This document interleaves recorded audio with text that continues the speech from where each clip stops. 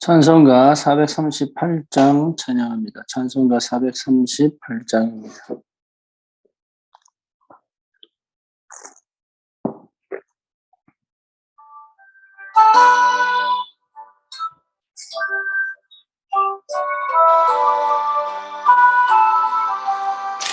내 영혼이 은총 입어 중한 죄짐 먹고 보니 슬픔 많은 이 세상도 천국으로 화하도다. 할렐루야 찬양하세. 내 모든 죄 사함 받고 주 예수와 동행하니 그 어디나 하늘나라 주의 얼굴 뵙기 전에 멀리 뵈던 하늘나라 내 마음속에 이루어지니 날로 날로 가깝도다. 할렐루야 찬양하세. 내 모든 죄 사함 받고 주 예수와 동행하니 그 어디나 하늘나라 높은 산이 거친 들이 소막이나 궁궐이나 내 주 예수 모신 곳이 그 어디나 하늘나라. 할렐루야 찬양하세. 내 모든 죄 사함 받고 주 예수와 동행하니 그 어디나 하늘나라. 아멘. 전능하사 천지를 만드신 하나님 아버지를 내가 믿사오며 그 외아들 우리 주 예수 그리스도를 믿사오니 이는 성령으로 잉태하사 동정녀 마리아에게 나시고 본디오 빌라도에게 본을 받으사 십자가에 못 박혀 죽으시고 장사한 지 사흘 만에 죽은 자 가운데서 다시 살아나시며 하늘으로서 전능하신 하나님 편에 앉아 계시다가 저리로서 산 자와 죽은 자를 심판으로 오시리라. 성령을 믿사오며 거룩한 공예와 성도와 서로 교통하는 것과 죄를 사하여 주시는 것과 몸이 다시 사는 것과 영원히 사는 것을 믿사옵나이다. 아멘. 하나님 말씀 사도행전 18장입니다.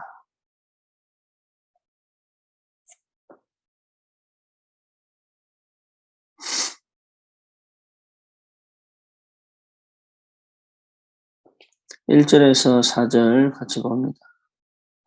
그 후에 바울이 아덴을 떠나 고린도에 이르러 아굴라라 하는 본도에서 난 유대인 한 사람을 만나니 글라우디오가 모든 유대인을 명하여 로마에서 떠나라 한거로 그가 그 안에 브리스길라와 함께 이달리아로부터 새로 온지라.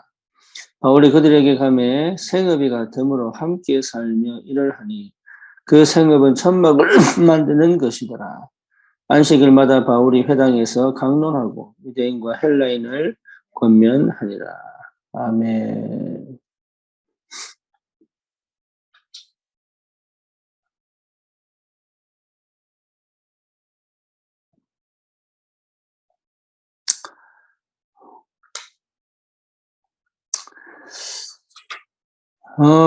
사도행전 17장은 바울이 아덴에서 복음을 전하다가 실패한 겁니다. 근데 그때 바울이 그 아덴 전도를 실패하고 떠나온 것이 고린도입니다. 그런데 우리는 실패를 하면 끝이라고 생각을 하죠. 그리고 실수를 하면 자책을 하죠. 아니면 스스로 자책하기 어려운 사람들은 원망을 합니다. 그런데 그 아덴을 떠나 온 그 고린도의 가장 중요한 바울에게 있어서 참 중요한 만남이 기다리고 있는 거예요. 자, 바울이 아덴을 떠나 아덴에서 계속 복음 전하다가 거기서 복음이 전거되지 않고 바울은 거기서 실망한 마음으로 낙심한 마음으로 고린도에 왔느냐? 그렇지 않습니다. 그거는 바울 인생 여정의 한 부분일 뿐이에요. 실수할 수도 있고 실패할 수도 있는 거죠. 중요한 거는 왜 그랬냐라는 걸 찾지 못한다면 여전히 미제로 남아요. 그런데 찾았다면 그건 응답입니다. 그렇죠. 그러니까 바울은 이 고린도에서 누구를 만나냐면 아굴라라고 하는 본도라는 곳에서 난 유대인을 만나. 그런데 이 사람도 글라우디오라고 하는 황제가 유대인들은 다 로마에서 떠나라. 그럴 때 자기 안에 브리스길라와 함께 어디로 가야 될지 모르고 나름의 생각을 가지고 그냥 죽지 않기 위해 떠났겠죠. 그때 그 현장에서 누구를 만나느냐? 네, 바울을 만나. 이게 기가 막힌 만남이에요. 만약에 바울이나 아굴라가 이 만남이라는 것이 실제적으로 있다는 사실을 모르고 거기서 낙심을 하고 절망을 했다면 어떤 일이 벌어졌을까요? 어쩌면 거기서 자책을 하고 괴로워하고 심지어 별거 아닌 문제처럼 보이지만 이들에겐 굉장한 자존심과 굉장한 중요한 것들 잃어버리기 시작합니다. 그렇죠. 우리가 볼 때는 그냥 지나가는 한 드라마 같지만 이들이 인생을 살아가는 데는 그렇지 않거든요. 거기서 이들이 만약 거기서 크게 낙심을 하고 절망을 해서 뭔가 다른 선택을 했다면 어떻게 되었을까요? 그러니까요, 이게요, 바울과 아굴라, 이 사람들이 누구의 손에 어떻게 인도를 받는지가 극명하게 응답을 확인하는 시간입니다. 우리는 거의 속지요. 마침 생업이 같은 거예요. 마침. 그러니까 참 이게요. 그러니까 함께 살며 일을 할 수 있는 거예요. 이게 기가 막힌 시스템이지요. 어쩌다 한 번씩 만나면 이게 길어질 텐데 매일 살면서 함께 일하면서 뭘 배웁니까? 이게 희한한 관계가 되어버린 거예요. 그러면서 바울은 뭐하지요? 안식일마다 회당에서 강론합니다. 안식일마다. 네, 여러분 상상을 한번 해보세요. 이게 보통 축복이 아니죠. 이게 로마를 살리고 시대를 살리는 만남이 되는 거. 만약에 앞에 그 문제들이 없었더라면 이 만남은 그렇게 안 받겠죠. 그렇잖아요. 만약에 앞에 좋은 일이 생겼다면 대충 봤었겠죠. 꼭 좋은 일이 생겨 나쁘다 그 말이 아니잖아요. 그러니까 완전히 하나님의 인도 속에 하나님의 계획 속에 하나님의 뜻을 이루는 각자의 삶 속에서 하나님의 완전한 인도를 체험하게 되죠. 이것이 여러분 바울과 또 브리스길라 부부의 만남이요. 또 뭡니까? 이들이 정말로 그 시대 로마를 살리는 시작이 돼요. 또 그 이 시대 재앙을 막고 올바른 복음 운동을 하는 바탕이 되죠.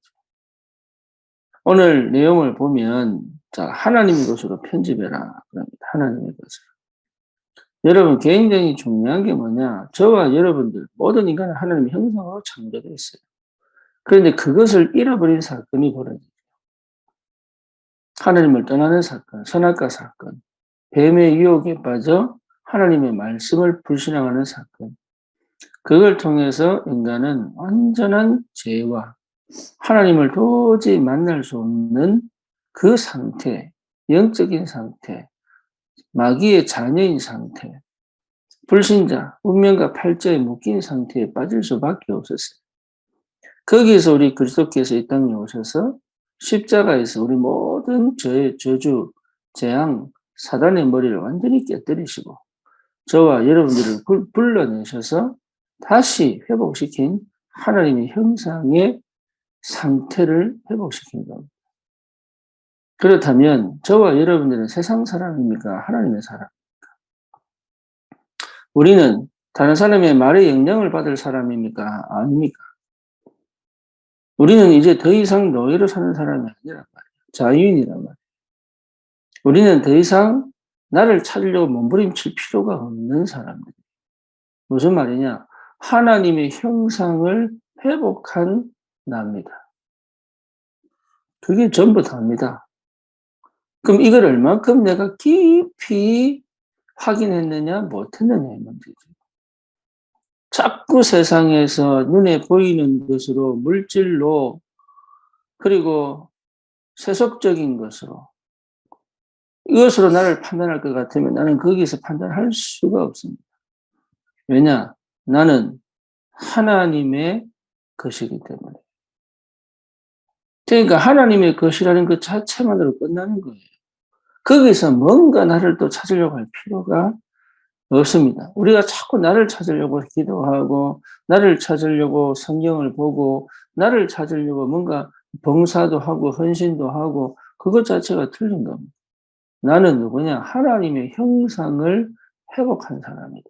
나는 누구냐? 하나님의 것이다. 그러니 나는 뭡니까? 하나님의 성령의 인도 속에 하나님의 것을 이룰 수밖에 없는 예배의 축복을 당연히 누릴 사람이 틀림이 없죠. 억지로 예배하는 게 아니다 말이에요. 억지로 뭔가 기도하는 게 아니잖아요. 내가 누군지를 놓치면 자꾸 억지로 해야 됩니다. 근본적으로 그래서 반드시 찾아야 된다. 여러분 일하는 게 힘듭니까? 아닙니다. 억지로 해서 힘들어요. 내가 재미있고 내가 좋아하는 일은요. 밤새도록 일합니다. 그렇죠? 억지로 해서 그래요. 모든 걸 나도 모르게 저 밑바닥에 의무와 억지 속에서 하기 때문에 내가 좋아서 하는 게 없다라고 생각하니까 다시 말하면 나를 못 찾아서니까 내가 내 스스로 나를 인정하지 못하고 받아들이지 못하니까 다른 사람이 받아주지 않으면 크게 상처받고 다른 사람이 나를 거부하면 그것 때문에 죽어버리고 이런단 말이에요. 나는 다른 사람이 거부해도 괜찮아요. 왜? 나는 하나님의 형상이에요. 나는 하나님의 것이에요. 세상이 나를 거부해도 괜찮아요. 왜? 나는 그것 때문에 내가 시험 들거나 그것 때문에 상처받을 이유가 없다. 하나님의 것이 하나님께 인정받지 못할 때 오는 그 답답함은 있어도 그 행복하지 않은 상태는 있어도 하나님의 아닌 것으로 하나님의 것이 아닌 것으로 나를 평가하려고 나를 뭔가 모르게 찾으려고 하면 거기는 없습니다. 내가 비록 주를 위하여 많은 일을 해도 거기는 나는 없습니다. 내가 지금까지 교회를 위해서 헌신하고 내가 지금까지 뭔가 내가 세상이 교회 주님의 일을 하려고 막 몸부림치고 이렇게 한 것 속에서도 나는 없습니다. 나는 어디에 있느냐? 하나님의 형상입니다. 하나님의 것으로. 그러니 하나님이 원하시는 그 엄청난 축복과 그 비밀을 가진 자로 여기 있는 거예요. 이게 분명하게 확인이 안 되면 계속 흔들리죠. 일이 흔들리고 되냐 안 되냐에 막 좋았다가 나빴다가 희비가 엇갈리고 요즘 날씨 기온차가 너무 센데 그렇게 올랐다가 내렸다가 올랐다가 내렸다가 여러분 운동을 해도 침착하게 하는 사람이 이게 그렇잖아요. 말싸움을 해도요. 침착하게 하는 사람이 이깁니다. 하물며 영적 전쟁의 시대에 여러분 어떤 사람이 이기겠습니까? 응답하면 막 좋았다가 응답 없으면 막 꺼졌다가 이런 사람이 응답을 승리하겠어요? 아니에요. 저와 여러분들의 삶의 기준, 저와 여러분들의 선택의 기준 뭡니까? 없습니다. 하나님의 형상. 나는 하나님의 것이다. 여기서 끝나는 겁니다. 이 정체성에서 끝나는 겁니다. 우리는 더 이상 노예가 아닙니다. 우리는 더 이상 세상의 그 문화와 흐름을 따라 사는 사람들이 아닙니다. 우리는 우상 숭배하고 귀신을 섬기고 아버지 마귀의 욕심을 따라 사는 사람들이 아닙니다. 내가 비록 영적 문제가 있고 내가 비록 해결할 수 없는 나만의 고질적인 그런 숨겨진 문제가 있고 내가 정말로 내 스스로가 봐도 이상한 그런 것을 가지고 있다고 할지라도 나는 하나님의 형상을 회복한 사람이요. 나는 하나님의 것이 틀림이 없습니다. 출애굽 이후에 광야에서 많은 사람들이 때로는 하나님을 원망하고 때로는 하나님께 예배하고 때로는 뭡니까? 불신앙에 빠져서 죽기도 하고 그게 나예요. 그럼에도 불구하고 하나님은 그들을 통한 하나님의 영광을 버리지 않은 거예요. 하나님의 사람이에요. 왜 거기서 문제가 생겼냐? 이유 하나입니다. 하나님의 것이라는 것을 잊어버려서 그래요. 그걸 우리말로 뭐라고 얘기합니까? 언약을 잊어버려서 그래요. 복음을 잊어버려서 그래요. 복음 아닌 복음을 통해서 올 것 같은 뭔가 모르게 가지고 있는 기대치 알파 때문에 무너집니다. 그리스도만 붙잡으면 됩니다. 왜? 우리는 하나님의 형상이라. 그리스도로만 만족하면 됩니다. 그렇죠? 그리스도께 모든 것이 있습니다.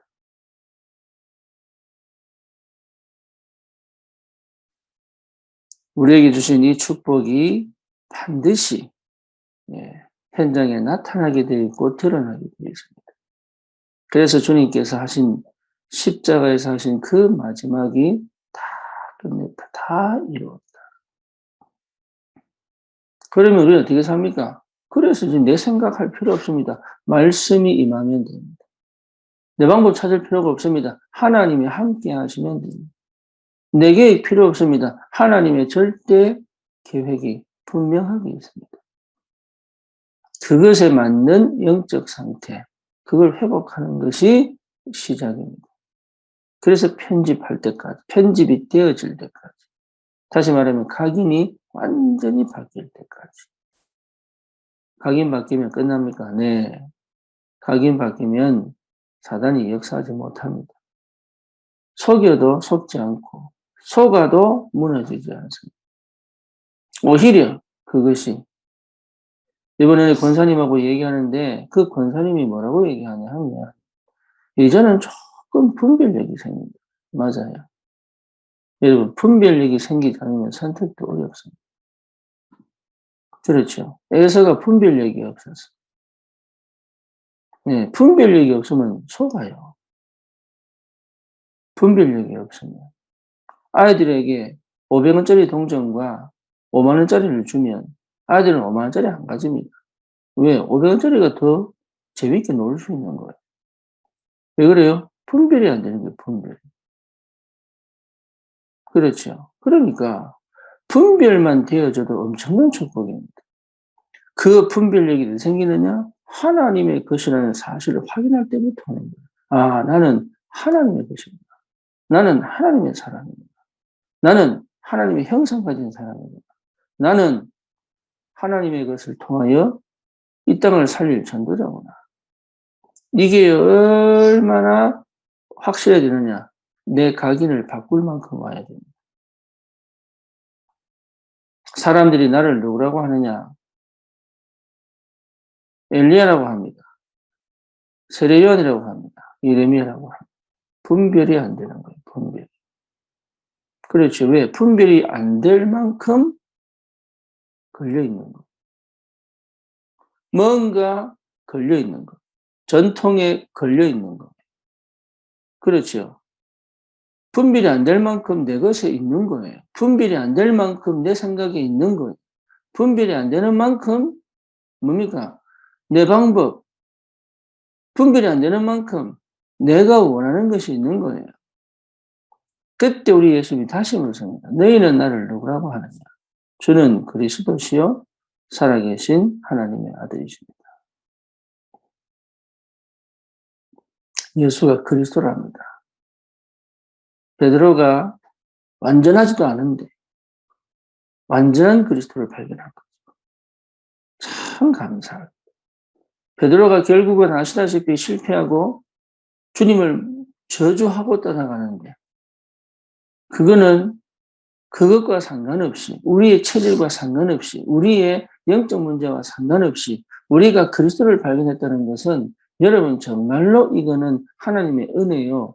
완전한 새로운 시작이 될 수 있어요. 분별입니다.